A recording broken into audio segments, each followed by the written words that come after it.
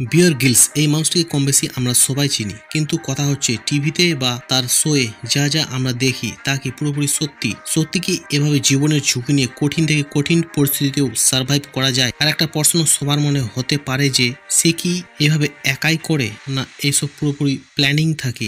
এই ভিডিওতে আপনারা জানতে পারবেন বিয়ার গ্রিলস শো এর আসল রিয়েলিটি, যে কোনো জায়গায় ভ্রমণ করার আগে কিভাবে সেটাকে প্ল্যানিং করা হয়, জায়গাটাকে কিভাবে মডিফাই করে চেঞ্জ করে দেওয়া হয়, কতজনের টিম থাকে, আর যেসব খাবার বিয়ার গ্রিলস খায় সেগুলিকে সত্যি খায় নাকি শুধু শোতে দেখানোর জন্য খাওয়া হয়। আজকে আমি এই জনপ্রিয় শো এর পেছনে পর্দায় লুকিয়ে থাকা কিছু অজানা তথ্য তুলে ধরব।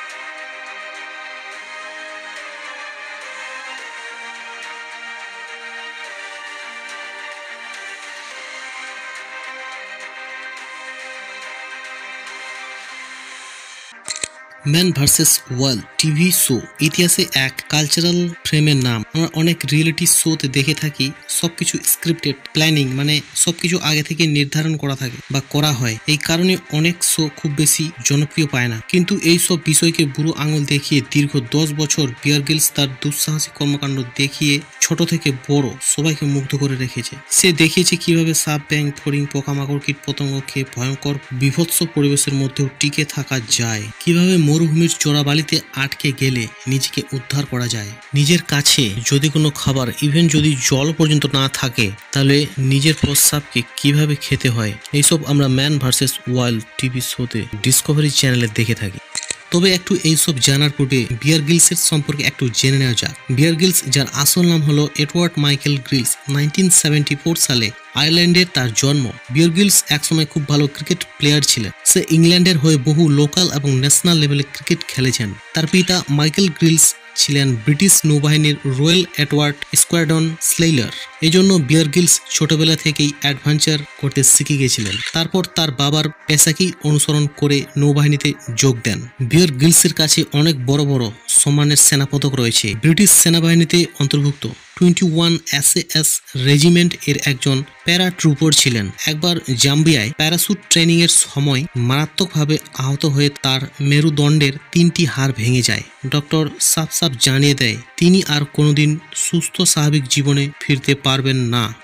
বিয়ার গ্রিলস এই কথাকে চ্যালেঞ্জ করে বা এই সব চিন্তাধারাকে উপেক্ষা করে মাত্র 1.5 বছরের মাথায় এভারেস্ট জয়ের লক্ষ্য নির্ধারণ করে সে বেরিয়ে পড়ে। তারপর সবাইকে অবাক করে 1998 সালের 16ই মে এভারেস্ট জয় করেন তিনি। 2004 সালে রয়্যাল নেভাল রিজার্ভ এর লেফটেন্যান্ট কমান্ডারের সম্মানে ভূষিত হন। 2013 সালে lieutenant colonel of royal marine. 2021 সালে ব্রিটিশ সেনাবাহিনীর কর্নেল উপাধিতে ভূষিত করা হয় তাকে। এ তো হলো বিয়ার গ্রিলসের জীবনের কিছু পেশাভিত্তিক তথ্য। এবার আসি মূল আলোচনায়। বিয়ার গ্রিলসকে ছাড়া কোনোভাবে ম্যান ভার্সেস ওয়াইল্ড শো কল্পনা করা যায় না। ডিসকভারি চ্যানেলে 2006 সাল থেকে 2011 সাল পর্যন্ত বিভিন্ন এপিসোডে বিভিন্ন সার্ভাইভ স্টোরি তুলে ধরে, আর এই পর্যন্ত প্রায় 73টি এপিসোড রিলিজ করা হয়েছে। শোতে দেখানো হয় যে বিয়ার গ্রিলসকে অপরিচিত এক স্থানে ছেড়ে দেওয়ার পর সে তার নিজস্ব সার্ভাইভ টেকনিক ব্যবহার করে ওই জায়গা থেকে বের হয়ে আসে। কিন্তু বিষয়টা পুরোপুরি সঠিক নয়। একটি এপিসোড বানাতে সময় লাগে প্রায় 10 থেকে 15 দিন, আর সব থেকে বেশি সময় ব্যয় হয় ঠিকঠাক জায়গা খোঁজার পেছনে। এবার জায়গা খোঁজার পর সেটাকে আবার অন্যরকম ভাবে লুক দেওয়ার জন্য আলাদাভাবে সাজানো হয়। এর জন্য থাকে অনেক বড় লোকের একটা টিম, যে কারণে বিহাইন্ড দি সিনে নিয়োগ করা হয় অনেক সার্ভাইভাল এক্সপার্টকে। এই শো অন্য সব টিভি শো থেকে ব্যতিক্রম হবার অন্যতম কারণ হচ্ছে বিয়ার গ্রিলস এর অদ্ভুত যত সব জীবজন্তু, পোকামাকড় ভক্ষণ।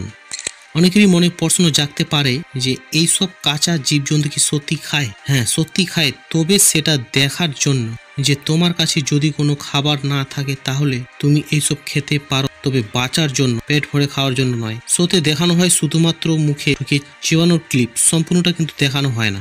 আর বিয়ার গ্রিলস যেসব খাবার খায়, পোকামাকড়, বিচ্ছু, সাপ, পচা মাংস, ভালুকের মল, দূষিত জল, এইসব খাবার খেলে যে কেউ অসুস্থ হয়ে যেতে পারে, এটা স্বাভাবিক। তবে বিয়ার গ্রিলস এইসব একটু হলেও খায়, তবে শুধুমাত্র দেখানোর জন্য। It is not reality.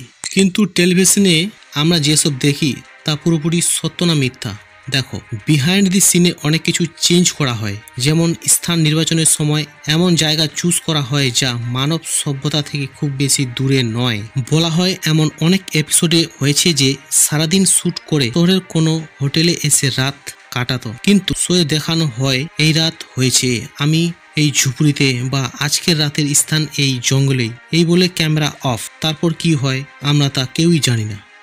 এমনকি একটি এপিসোডে নাকি ডুপ্লিকেট ভাল্লুকের শ্যুটও করা হয়েছিল। তারপর 2007 সালে প্রচারিত হওয়া এক পর্ব ছিল আগ্নেয়গিরি সম্পর্কিত। ওই এপিসোডের কিছু দৃশ্য ফুটিয়ে তোলার জন্য বা আগ্নেয়গিরিকে অ্যাক্টিভ ভাবে তুলে ধরার জন্য নকল ধোঁয়া ব্যবহার করা হয়েছিল, আর এই সম্পূর্ণ কাজ করেছিল ম্যান ভার্সেস ওয়াইল্ডের টিম। এইসব করাতে অনেক সময় কন্ট্রোভার্সি হয় এই বিয়ার গ্রিলসকে নিয়ে, কিন্তু বর্তমানে উপযুক্ত কারণ সমূহ জনরসের মুখে না পড়তে হয়, তার জন্য এইসব বিতর্কের অবসান ঘটাতে ডিসকভারি চ্যানেলের অনুষ্ঠানের শুরুতে ডিসক্লেইমার যুক্ত করা হয়েছে। বিয়ার গ্রিলস এই অভিযান একা পরিচালনা করে না, পুরো একটা এক্সপার্ট টিম তার সাথে কাজ করে।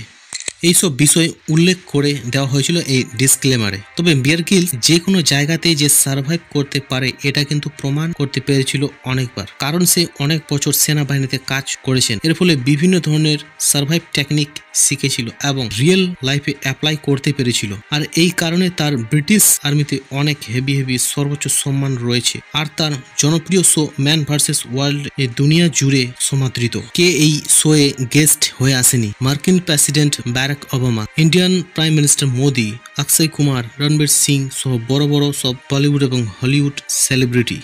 এখন একটা প্রশ্ন জাগতে পারে যে বিয়ার গ্রিলস তার শোতে সার্ভাইভ করার জন্য পোকামাকড়, সাপ, বিচ্ছা, বিভিন্ন ধরনের সব কাঁচা মাংস খেয়ে থাকে, কিন্তু তার নর্মাল লাইফ কিরকম এবং সে কি খায়? বিয়ার গ্রিলস একটা ইন্টারভিউর মাধ্যমে জানায়, আগে আমি ভেজ ছিলাম, পরে নন ভেজ শুরু করেছি। তার ডায়েটে থাকে red meat, milk product, egg, butter, fruits, এছাড়া একদিন অন্তর লিভারের মাংস, সপ্তাহে একবার দুবার ফাস্ট ফুড, তারপর মোষের ধমনী থেকে রক্ত, পশুর হার্ট, এসব কাঁচা খেয়েছি। এই খাবারগুলি আমার জন্য কঠিন নয়, কিন্তু খুব বেশি সুস্বাদু নয়। এছাড়া বিয়ার গ্রিলস ওয়ার্কআউট করে ডেইলি। তার বয়স 48 বছরের। রুটিনে সে কার্ডিও হিসেবে টেনিস, 1 ঘন্টা ওয়েট ট্রেনিং, 20 মিনিট মেডিটেশন, 25 বার পুল আপ, 50 বার প্রেস আপ, 75 স্কোয়াট, 100 বার সিট আপ।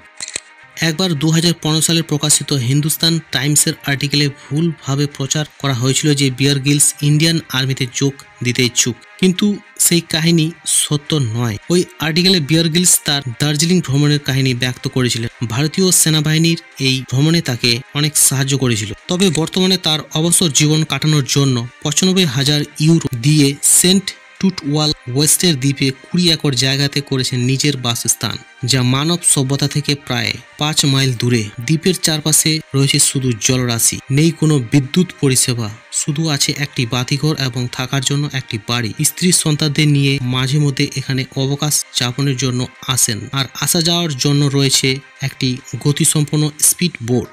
2012 সালে ডিসকভারি চ্যানেলের সাথে এগ্রিমেন্ট এর মেয়াদ শেষ হয়ে যায় বিয়ার গ্রিলসের। তবে ডিসকভারি চ্যানেল এত সহজে ছাড়তে চাননি বিয়ার গ্রিলসকে। ম্যান ভার্সেস ওয়াইল্ড শেষ হওয়ার পর worst case scenario, get out alive, escape from hell, the island, running wild with Bear Grylls ইত্যাদি শো করেছেন তিনি।